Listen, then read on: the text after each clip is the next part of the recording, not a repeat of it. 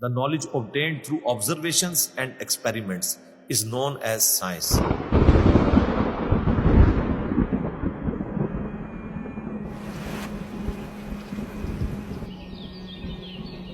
تو قرآن بھی تو یہ کہہ رہا ہے افلا ينظرون الى الابل كيف خلقت. کیا تم نے آبزرو نہیں کیا ہم نے اونٹ کو کیسا بنایا، پہاڑوں کو کیسی اٹھان دی،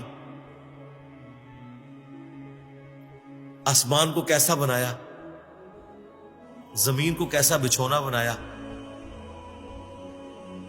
1000 آیات قرآن کی، آلموسٹ 6500 آیات میں سے وہ فزیکل فینومینا آف نیچر سے ریلیٹڈ ہے.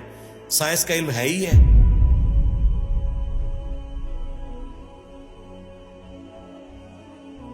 تو یہ دنیا کا علم جو آپ کہہ رہے ہیں یہ دین ہی کا علم ہے، یہ کوئی دنیا کا علم نہیں ہے. حضرت آدم علیہ السلام کو قرآن کہتا ہے کہ ہم نے چیزوں کے نام سکھا دیے تھے.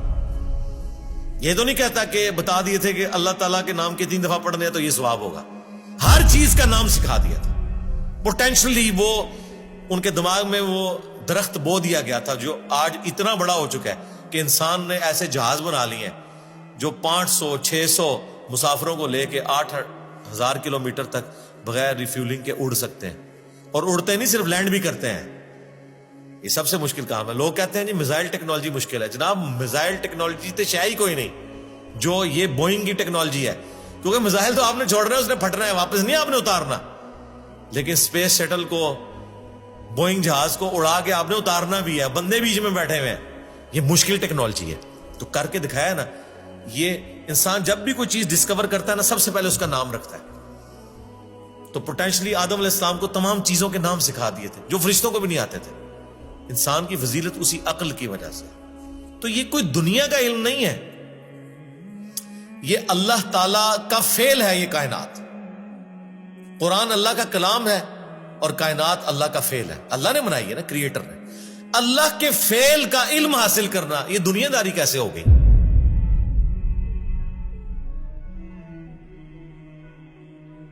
یہ دنیا داری اس صورت میں ہوگی جب اس کے بعد آپ خدا کو نہ پہچانے. وہ تو سر قرآن پڑھ کے بھی اگر آپ نے خدا کو نہیں پہچانا اور قرآن بیچنے کا ذریعہ اور چندے کمانے کا ذریعہ بنایا تو آپ سے ایک فزکس کا پروفیسر بہتر ہے. کم از کم اس نے خدا کی کتاب کو تو نہیں بیچا.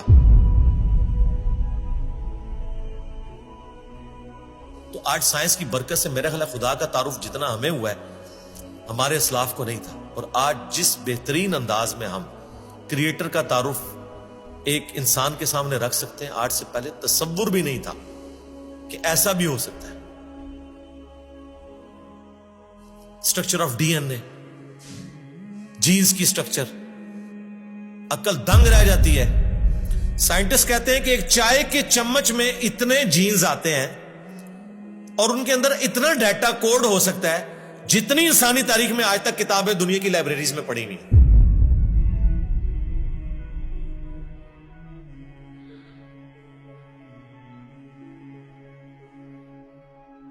یہ کس نے رکھا ہے؟ ایک بیج کے اندر اتنا ڈیٹا رکھ دیا کہ 6 ارب گنا بڑا درخت بنتا ہے اور سال ہر سال پھل دیتا رہتا ہے. سب کچھ اس بیج میں سے نکلا ہوا ہے. دنیا کی کوئی ہارڈ ڈسک اس کو سٹور نہیں کر سکتی. آج سے پہلے یہ تفصیلات ہمیں نہیں پتا تھی نا. ایک اجمالن پتا تھا کہ انڈے میں سے چوزا نکل آتا ہے. سرکار یہ وہ ڈیٹیلز جو آپ سائنس ہمیں بتا رہی ہے، آج سے پہلے کسی کو، یعنی ایمبریولوجی کی فیلڈ اور الیکٹرانک مائکروسکوپ جو 1980 میں آ کے آلموسٹ فائنل ہوئی ہے، اس سے پہلے کسی کو پتا تھا کہ ماں کے پیٹ میں بچے کی ڈیولپمنٹ کیسے ہوتی ہے؟ کیا صحابہ کرام نے یہ دیکھا ہوا تھا؟ ان کا تو ایمان بالغیب تھا. ہم تو پریشان ہو جاتے ہیں کہ یار لوگ تو کہہ رہے ہیں جادو دیکھنا ہے تو یہ دیکھو.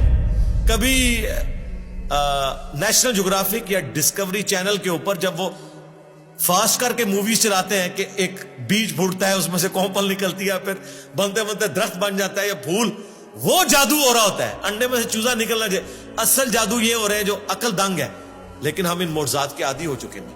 تو آج خدا کا تعارف میرا خیال ہے سائنس کی برکت سے الحمدللہ بہتر طریقے سے ہم اپنی ینگ جنریشن کو خدا کا تعارف کروا سکتے ہیں. اور اس سے بڑھ کر سائنس کی برکت سے آج دین اتنا آسان ہے کہ اگر کاتب کے لکھنے پہ قرآن ہوتا، آج دنیا کے ہر مسلمان کے پاس قرآن نہ ہوتا. اگر پرنٹنگ پریس نہ ہوتا.